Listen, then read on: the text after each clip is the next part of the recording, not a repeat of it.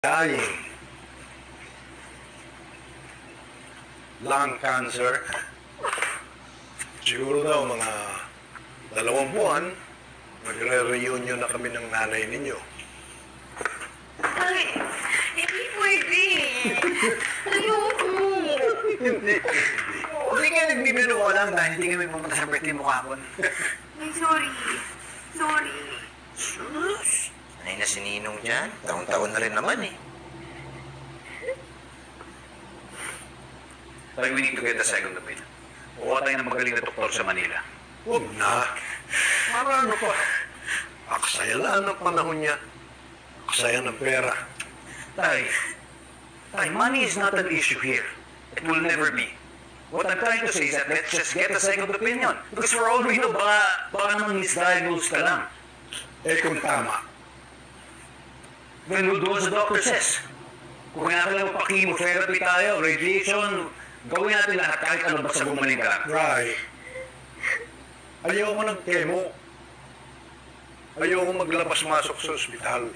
Pagkatapos ano, makakalbo ko.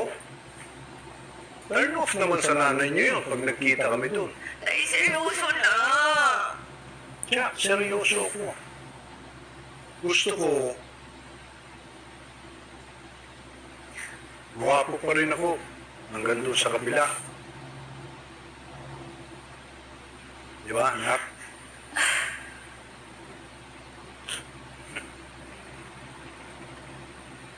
Tay, ayaw niyo ba gumaling? Don't you want to live? I have lived 69 years. Okay na yun. Oh, but why are you giving up? Ha? Bakit hindi na lang natin hayaan ng tatay, di ba?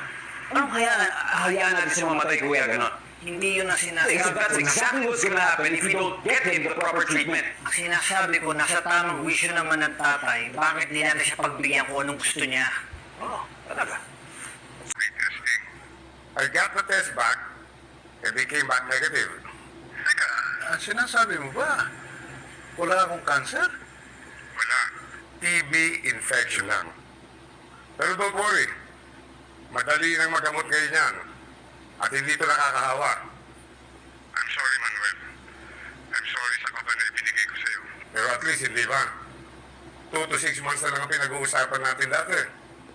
O baka ngayon kaya mo pang mag2 dekada. Gamot pang TB na ang dapat i-reseta sa'yo. Yes. Pasensya na. O sige, salamat, Doc.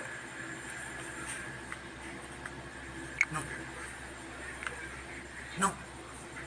Wala kang sakit. Wala kang sakit, no? Uy, Gandang balita. Sasabihin natin sa kanila. natatakot ako eh. Kasi, kung sasabihin ko sa kanila, baka hindi na sila bumalik dito.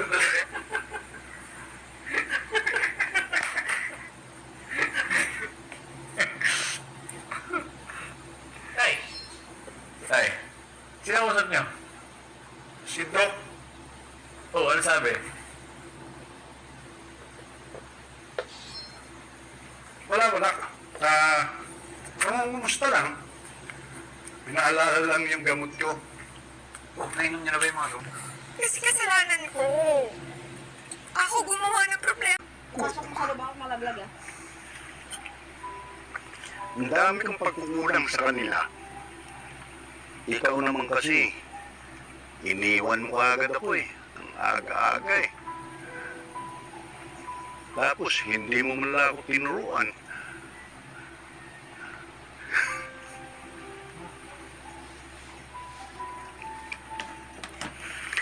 Kung paano maging nanay sa kanila. Ayan ang nangyari. Palpak tuloy ako. Sunduin mo na ako, Nay. Huwag, Nay. Kailangan pa siya ng mga anak niya. Kailangan pa siya ng mga apo niya. Kailangan pa namin bumawi sa kanya. Hindi eh. Ang laki ng kasalanan ko sa inyo eh. Wala ako nung nagsisilaki kayo eh. Tay. Yung video na to. Ha? Hindi ka dapat nagsasalita. Upo ka na. Hindi ba pwede? Hindi na. Shh, sige na. Upo na. Ano? Tagapakinig lang ako.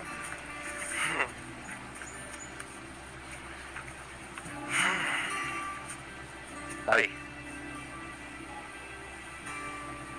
please don't blame yourself.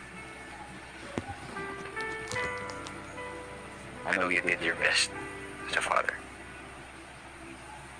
Alam ko yung sakripisyo niyo tuwing umalis kayo. Wala namang magulang na hindi nahihirapan. Iniiwan ng anak.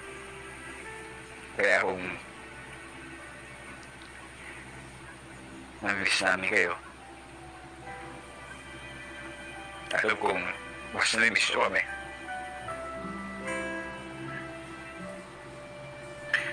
Pero nagsinungaling pa rin ako eh.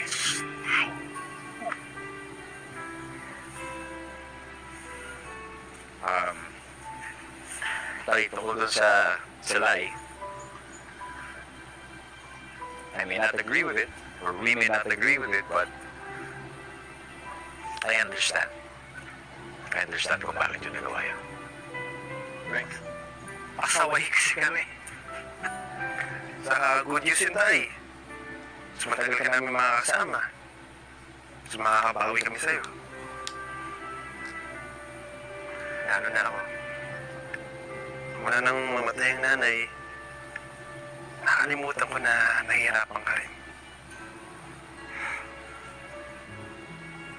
Namiss ko lang po talaga kayo, Tay.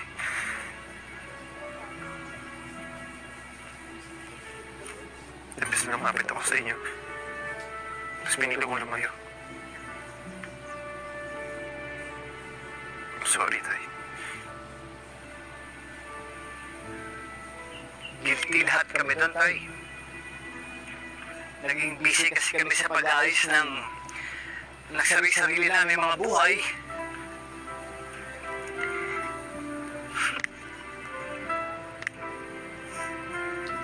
Nakalimutan namin na iwan ka namin mag-isa. Kaya Tay, kami dapat mag-sorry sa'yo. Pwede na? Pwede na ako, ha?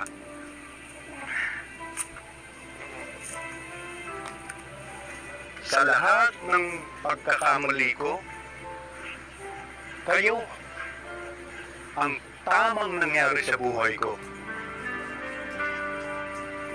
Kaya, aalis ako. Masaya ako. Alam ko kasi, kaya nyo na eh.